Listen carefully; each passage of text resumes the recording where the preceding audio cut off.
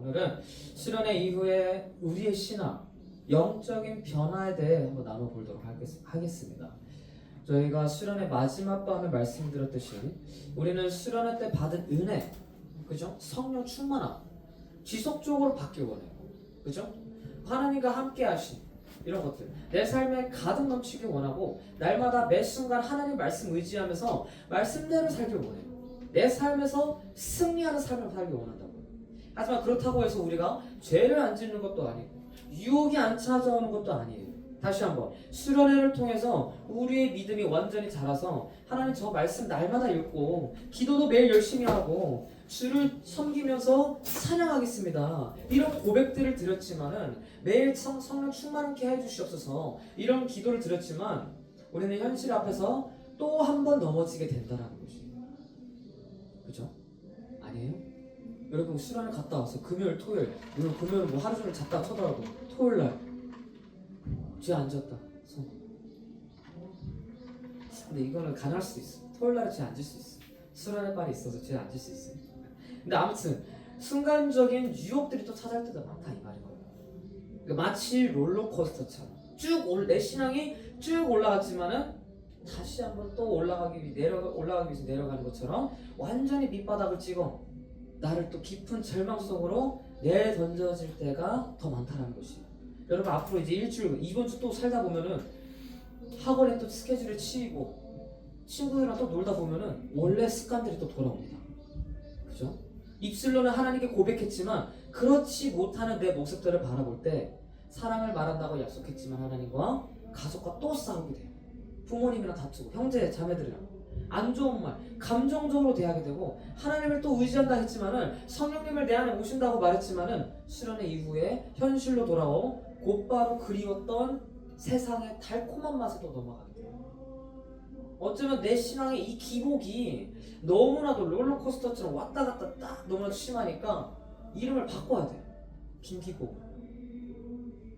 그러나 오늘 보면은 우리 신앙인들을 향한 주를 향한 그 믿음의 고백과 동시에 한없이 무너져 내리는 우리 그리스도인들의 이 모습을 마음을 담고 있는 대표적인 예시. 오늘 본문의 주인공은 누군가요? 이름이 누구예요? 엘리야예요. 엘리야. 아니 없죠? 여러분 엘리야가 혹시 어떤 인물인지 아십니까? 엘리야 한번 들어봤다. 이 사람 한번 들어봤다. 엘리야. 뭐죠? 누구죠? 엘리야는? 자, 엘리야는요 선지자예요. 선지자. 저희가 저번에 다니엘 또 솔로몬 그리고 누구를 봤었죠? 이사야가 선지자였잖아요. 그러니까 그 선지자 중에 하나였어요. 엘리야가. 근데 엘리야는요 그 많고 많은 선지자 중에서 가장 위대했던 선지자예요. 가장 그러니까 수많은 기적들을 일으켰던 인물 중에 한 명이었어요. 그 하나님 말씀을 따라서 예언해라 하면서 그 경고를 전하러 이제 다른 사람 이제 백성들에게 가죠. 그래서 엘리야가 그 말대로 하나님이 전했던 그 말씀대로 전하자 땅에 경고를 전하자 말씀을 따르지 아니하니까 사람들이 엘리야가 기도를 합니다. 하나님께 너희 땅에 가뭄이 내릴 것이다. 비가 내리지 않을 거야. 그러더니 3년 6개월 동안 비가 내리지 않아요. 그 땅에 가뭄이 임해요. 대단하죠? 그리고선 때가 차매 엘리야가 다시 하나님께 기도합니다. 하나님 이들을 다시 기억하여 주시옵소서 비가 내리게 해주시옵소서 하더니 3년 만에 가뭄이 끝나고 비가 왕창 내려요. 엘리야가 기도했던 일이에요. 엘리야가 또한 어떤 이야기가 있었냐면 어떤 한 가정의 이야기가 있었어요. 그 가정에 아들이 죽었어요. 그런데 엘리야가 선지자인 거 알고 엘리야에게 찾아가서 선지자님 우리 아들이 죽었습니다. 어떻게 좀 살려보십시오. 여호와께 구해서 살려주세요. 그러더니 엘리야가 기도했더니 아들이 살아나요. 죽었던 아들이 살아나요. 그리고 그 가정에 곡식, 그러니까 식품이죠. 식량, 밀가루와 기름이 떨어지지 않아요. 그 가정에 넘치도록 계속 부어져요.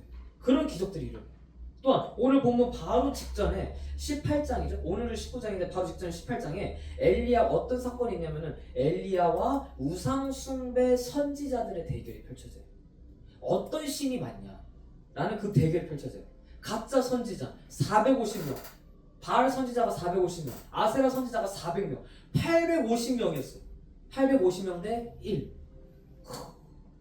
엘리야 혼자 그 850명과 싸웁니다. 아니 칼로 이렇게 싸우는 게 아니라 진짜 어떤 신이 너희들이 섬기는 신이 진짜인지 아니면 엘리야가 섬기는 신이 진짜인지 대결하는 거예요. 어떻게? 각자 신께 기도해서 각자 위에 있는 이 제단에 불이 임하면은 기억나죠? 불이 임하면은 진짜 신이다 라는 것이에요. 그래서 어떻게 될까요? 엘리야가 이기죠. 가짜 신에는 불이 임하지 않아요. 하루 종일 기도했는데 근데 엘리야는 뭐예요?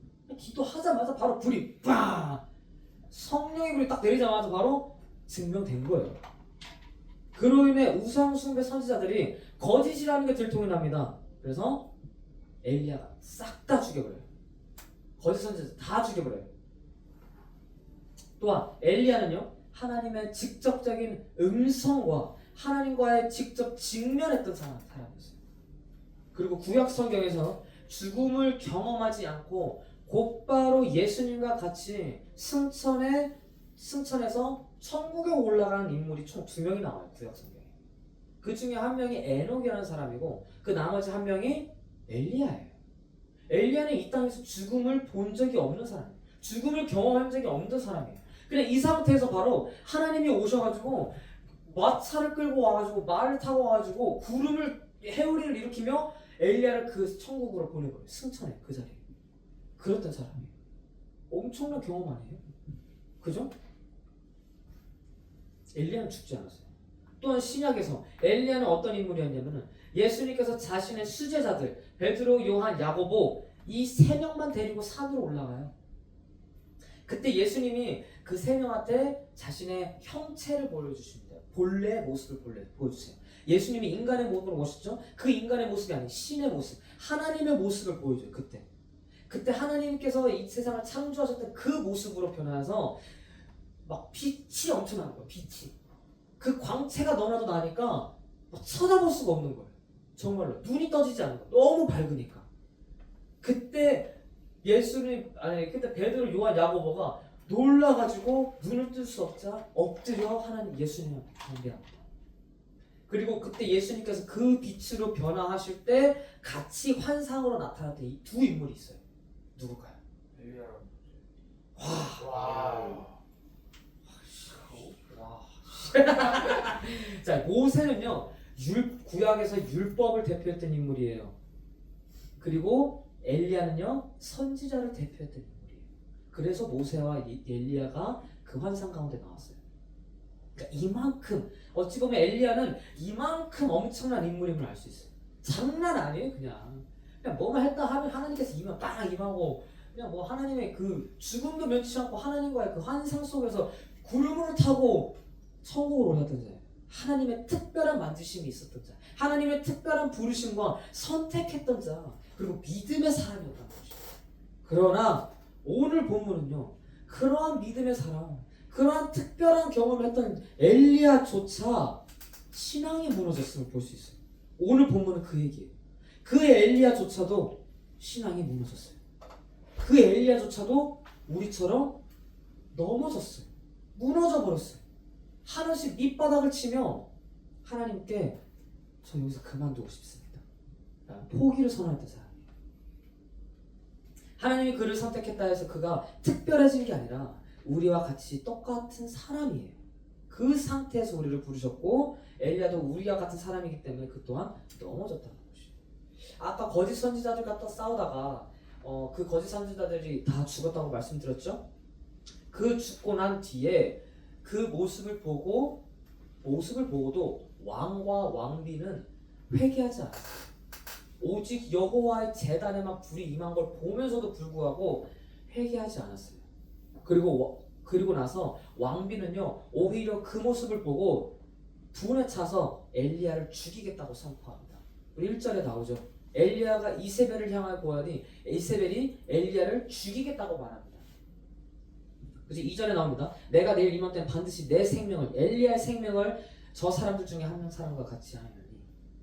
그러니까 어쩌면은 엘리야는요, 그 대결의 결과에 의해서 타락했던 왕비가 회심하여 여호와께 돌아와 회개하길 바랬어요.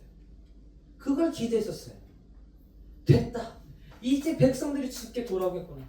하나님의 영광이 임했잖아요. 하나님 성령의 불이 임했잖아요. 주께 돌아오겠구나. 신앙이 회복되겠구나. 라고 생각했겠죠. 마치 우리처럼요. 이제 수련회도 갔다 왔겠다. 나 완전 하나님의 말씀으로 무장됐어. 이제 성령의 분이 성령 충만해졌으니 모든 애들 다 참석하겠지? 안 오죠? 네? 교회 안 다니던 애들도 다 참석하고 기도도 열심히 하고 말씀도 매일 읽고 주의 사랑 실천하고 하나님 복음 전하자. 근데 현실은 어떻게 됩니까? 무너집니다. 조금은 괜찮아요. 하루 이틀은 한두 번은 괜찮아요. 다시 일어섭니다. 그러나 계속 반복되고 내 삶이 바빠지고 힘들어지면은 어느 순간 이 신앙을 놓아버리게 되는 내 모습을 보게 돼요. 엘리야도요, 그 대결의 순간에서는 믿음이 너무나도 강해서 주의 영으로 가득 차서 이 뽕이 가득 차서 하나님 보십시오. 네? 아니면 뭐 선지자들아 봐라. 이게 바로 우리 하나님이다. 하나님의 불이 임하자. 너희 거짓 선지자들, 너희 가짜신 섬기는 거 다 거짓된 것이다. 왕한테도 보여주면서 왕 보십시오. 이게 진짜입니다. 그러니까 적대하는 모든 자들 앞에서 하나님을 선포하며 그렇게 경험했는데 기대했던 모습과는 달리 왕과 왕비의 모습이 다르니 왕비가 엘리야를 죽이겠다고 명령을 내리니 엘리야는 어떻게 해요? 곧바로 두려움에 사로잡힙니다. 두려워요. 도망쳐버립니다. 뭔 말이에요? 우리가 한없이 무너져 내리는 우리 모습들을 보며 죄책감에 시달리는 거예요. 하나님 앞에 다가갈 수 없는 거예요. 하나님 앞에 나오지 못하고 있는 거예요 지금. 그러면서 도망쳐버리는 겁니다. 하나님 저 그만하네요. 오늘 보면 3절입니다. 그가 이 형편을 보고 일어나 자기의 생명을 위해 엘리야예요. 자기 생명을 위해 도망하여 유다에 속한 브엘세바에 이르러 자기의 사안을 그곳에 머물게 하고. 왜요? 그 거짓 선지자들 850명 앞에서는 두려워하지 않았더니 오직 고작 한 명이 죽이겠다고 하자 두려워 떨어 도망가 버려요. 말이 안 되죠? 850명한테 둘러싸여서 차라리 구타받는 게 더 두려울걸요? 그게 더 죽기 쉽고 그냥 매장되어 버리고 던져져 버릴걸요? 그게 더 두려울 텐데 왜 그때는 두려워하지 않았는데 왜 이제 와서 한 명이 죽이겠다고 말하니까 두려워 떨며 도망가나요? 신앙이 무너져 내는 거예요. 그 믿음이 갑자기 딱 떨어지는 거예요. 자기가 기대했던 것과 달리 다른 모습들을 보니까 하나님 이게 뭡니까? 의심하게 되는 거예요. 4절 자기 자신은 엘리야는 광야로 들어가 하룻길쯤 가서 한 로댓나무 아래에 앉아서 자기가 죽기를 원하며 이르되 여호와여 넉넉하오니 지금 내 생명을 거두옵소서 나는 내 조상들보다 낫지 못하나이다. 자신의 하인들은 마을에 머물게 한 뒤 혼자서 광야로 들어가요. 그리고 하나님께 말하는 거예요. 하나님 저 너무 힘들어요. 하나님 저 여기서 벗어나고 싶습니다. 하나님 차라리 내 영혼을 거두어 주시옵소서. 저 죽고 싶습니다. 하나님, 그러니까 이 엘리야도 현실에 맞닥뜨려 육체적으로, 정신적으로 피폐해져 가버린 거예요. 이제 그만요 하나님. 저 포기하고 싶습니다. 이 믿음 생활 도저히 견딜 자신이 없습니다. 내가 또 앞에 내일 아침에 일어나 내가 또 제 앞에 무너지는 내 자신을 보며 견디기 힘듭니다. 내가 어떻게 해야 되겠습니까? 하나님? 주님이 저에게 맡겨주신 사명, 사역들이 있습니다. 그러나 그게 이제 지칩니다. 하나님. 뭐 찬양팀? 혹은 봉사? 이런 헌신? 하나님 지칩니다. 믿음대로 살았는데 보지 않았습니까? 내가 하나님 뜻에 맞게 했는데 결과 보십시오. 처참합니다. 세상은 더 악해져만 갑니다. 하나님, 그러니까 엘리야는요 자신의 사역이 실패했다라면서 깊은 절망에 빠져버려요. 지금 한없이 낮아져 버려요. 영적 상태가. 여러분 이게 우리의 모습이라는 거예요. 이게 우리의 모습이에요. 날마다 넘어지고 쓰러지고 또 죄짓고 하나님 앞에 또 순종하지 못하고. 그러나 그런 우리 모습 속에서 맨날 날마다 넘어지는 우리의 모습을 보고서도 하나님께서 어떻게 반응하시는지 5절 봅시다. 로뎀나무 아래에 누워 자더니 천사가 그를 어루어 만지며 그에게 이르되 일어나서 먹으라 하는지라. 하나님께서 그를 어떻게 하십니까? 어루어 만지십니다. 시간이 부모가 애기 다루듯이. 그래서 아우 힘들었구나. 그렇게 엘리야에게 음식을 가져다가 먹여주세요. 먹이세요. 6절 본즉 머리맡에 숯불에 구운 떡과 한 병 물이 있더라. 이에 먹고 마시고 다시 누웠더니. 7절 여호와의 천사가 또다시 와서 어루어 만지며 이르되 일어나 먹으라. 내가 갈 길을 다 가지 못할까 하노라 하는지라. 또 누웠더니 또다시 천사가 와서 엘리야의 마음을 위로해 주십니다. 그러더니 엘리야가 어떻게 하는지 볼까요? 8절 이에 일어나 먹고 마시고 그 음식물의 힘을 의지하여 40주 40야를 가서 하나님의 산 호렙에 이르니라. 마침내 엘리야가 이 힘을 얻고 하나님께서 명했던 호렙산에 이릅니다. 여러분 이 부분을 통해 알 수 있는 건 무엇이냐면은 인간은 영적인 존재이면서 동시에 육체적인 존재라는 것이에요. 우리 계속해서 봤잖아요. 성경을 통해서 성령의 9가지 존재, 육체의 일과 성령의 일. 우리는 어쩔 수 없이 육체의 일에 속해 있는 사람이라는 것이에요. 하나님께서 사역에 실패했던, 믿음을 잃어버렸던 엘리야에게 먼저 그에게 허락하셨던 건 무엇이냐면, 신앙의 밑바닥으로 차있던 우리에게 먼저 허락하시는 것은 무엇이냐면 여러분 바로 쉼을 허락하시는 거예요. 잠을 자게 하셨어요. 그리고 떡을 먹이시고 물을 마시게 했어요. 쉼을 주시고 회복을 주셨어요. 하나님께서 우리의 육적인 부분에 회복을 허락하신 거였어요. 저는 여러분들이 수련회 끝난 그 당일날 바로 학원을 간다고 하길래 진짜 너무 마음이 아팠어요. 아니 조금의 쉼도 허락이 되지 않나? 근데 다행인 건지 모르지만 누구는 학원 가서 뭐 3시간 자고 왔다 갔죠. 학원 또 누구는 학원 가라고 했지만 정신 차려보니 저녁 10시라고 했죠. 그러니까 오히려 참 다행이라고 생각했어요. 저는. 여러분 쉼도 반드시 필요한 것이에요. 안 그러면 왜 방학이 존재했어요? 방학은 쉬라고 있는 것이에요. 재정비, 다음 학기 때 더 열심히 최선을 다하기 위해서 내 몸과 마음을 정리하고 정돈하고 재충전하는 시간이 필요한 거예요. 그러니까 여러분 여기서 말하고자 하는 건 무엇이에요? 우리는 너무나도 많은 기대를 해요. 너무나도 큰 기대를 하는 거예요. 너무나도 엄청난 결과를 보고 열매를 맺길 바라는 것이에요. 그게 아니라는 거예요.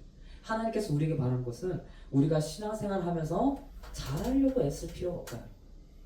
지속적으로 끝까지 하는 게 더 중요하지, 불같이 타오르는 마음도 너무나도 좋지만 여러분 그 불이 꺼져버려 식어버리면 어떻게 해요? 다시 그 불을 지피는데 너무나도 오래 걸립니다.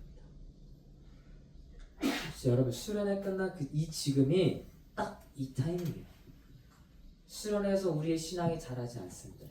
수련회 안에서는 우리의 신앙이 자라지 않아요. 그러나 수련회 갔다 온 뒤부터 본격적으로 우리의 신앙이 자라기 시작해요. 그때부터가 시작이에요. 지금부터가. 이때가 절호의 기회예요. 믿음대로 살아야지. 성경 일독할 거야. 아주 그냥 매일 말씀 읽고 수련회 때 했던 것처럼 기도 막 하고 막 이게 아니라는 거예요. 이게 아니에요. 여러분 저희가 수련회 때 뭐 한 40분 정도 기도했었거든요. 여러분 집에서 그렇게 기도하라면 기도하겠어요? 40분 기도하라면? 교회 나와서 주일 예배 때 그렇게 기도하라. 수련회 때 저는 아까 뛰는 게 바랬거든요. 뛰길 바랬거든요. 다들 안 뛰네. 왜 그럴까? 그러니까 못한다는 거예요. 못해요. 그러니까 작은 것부터 하자. 이거예요. 작은 것부터. 수련회 때 말씀처럼 내가 영의 일과 생각들은 평소에는 못 해봤지만 한번 해봐야 되겠다. 한번 해보자. 예를 들면 하나님께 질문을 던지는 거예요. 여러분. 하나님 오늘 저에게 어떤 말씀을 하시려니까 그냥 던져보세요. 그냥. 하나님은 오늘 나에게 무엇을 기대하고 계십니까? 하나님은 오늘 기쁜 일 없으세요? 제가 하나님 기쁘게 만들고 싶습니다. 나는 그냥 이 기도 10초도 안 걸립니다.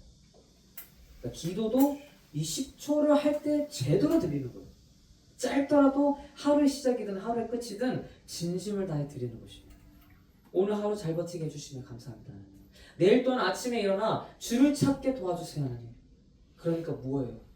그냥 있는 모습 그대로 드리려는 거예요. 내가 가지고 있는 이 생각, 마음, 내 성격 그대로 하나님께 드리는 거예요. 여러분들이 죄 앞에서 또 넘어지셨어요? 그럼 그대로 하나님 앞에 나아가요. 하나님 저 또 넘어졌어요. 내 안에 하나님을 닮아가고 싶어하는 성품이 있길 바라는데 내 안에 그런 마음이 없습니다. 자꾸만 불순한 생각들과 악한 마음을 품고 있습니다. 하나님 도와주세요 라고 말이죠. 말씀을 맺겠습니다. 성경에서 가장 위대한 인물 중 하나였던 엘리야 또한 신앙이 무너졌었어요. 기억하세요. 또한 우리가 16번의 시간을 걸쳐 집중적으로 봤었던 인물 있죠? 누구예요? 사도 바울. 여러분 그렇게 위대했던 이 바울조차도 자신이 어떻게 말하는지 한번 볼까요? 마지막으로 한번 볼게요. 로마서 7장 18절부터 보겠습니다. 내 속 곧 내 육신에 선한 것이 거하지 아니하는 줄 아노니 원함은 내게 있으나 선을 행하는 것은 없노라. 내가 원하는 바 선은 행하지 아니하고 도리어 원하지 않는 바 악을 행하는도다. 21절부터 24절. 그러므로 내가 한 법을 깨달았노니 집중하세요. 곧 선을 행하기 원하는 나에게 악이 함께 있는 것이로다. 내 속사람은 하나님의 법을 즐거워하되 내 지체 속에서 한 다른 법이 내 마음의 법과 싸워서 내 지체 속에 있는 죄의 법으로 나를 사로잡는 것을 보는도다. 오호라 나는 공고한 자로다. 피곤한 사람이래. 자꾸만 이 앞에서 넘어진다. 이 사망의 몸에서 누가 나를 건져내냐. 자꾸만 이 육체의 일과 하나님의 성령의 법이 자꾸만 왔다 갔다 한다는 거예요. 바울조차도 이 신앙 앞에서 자꾸만 흔들리고 피곤해. 나는 진짜 내 마음을 하나님 법을 따르기 원하는데 하나님 말씀 순종하기 원하는데 근데 내 육신은 그러지 못하고 있는 내 모습을 바라보는 거죠. 바울 또한 갈팡질팡 어떻게든 죄를 안 짓기 위해 바울은 몸부림쳤고 그럼에도 넘어졌다. 그럼에도 바울이 성경에서 위대한 인물로 남겨진 이유는 뭘까요? 바로 그러한 나약한 더러운 인간의 모습에도 불구하고 하나님 앞에 나아갔기 때문에 날마다 주를 찾고 불을 짓고 주 앞에 나와 찬양하고 예배했기 때문에 그렇게 고백한 뒤 마지막 25절에 어떻게 고백합니까? 우리 주 예수 그리스도로 말미암아 하나님께 감사하리로다. 하나님께 감사드리며 나아갑니다. 하나님 저의 이 모습 너무나도 더럽습니다. 죄로 물들어진 내 마음, 생각 그럼에도 불구하고 주께 나아갑니다. 내 모습 이대로 받아주세요. 저는 혼자서 아무것도 할 수 없습니다. 지치고 피곤한 내 몸 주의 날개 아래 거하게 해주세요. 날마다 성령 충만해지길 원합니다. 하나님. 그러기에 주의 임재 안에 거하길 소원합니다. 날 인도하여 주옵소서. 이 고백인 것입니다. 여러분 수련할 때 받았던 은혜 사라졌다고 낙심하지 마세요. 현실로 돌아와서 또 짓는 내 모습 보면서 한탄해하지 마세요. 그런 마음 들 때마다 주님 앞으로 나아가길 바랍니다. 주의 도우심을 구하길 바랍니다. 우리 그렇게 하루하루를 이겨내는 겁니다. 하루하루 이겨내며 교회 나와 더 열심히 최선을 다해 예배드리며 찬양하는 것이에요. 그럼 자연스레 우리 신앙은요 자라나게 돼요. 여러분들 그렇게 살아갈 수 있겠죠? 아멘. 우리 함께 찬양합시다.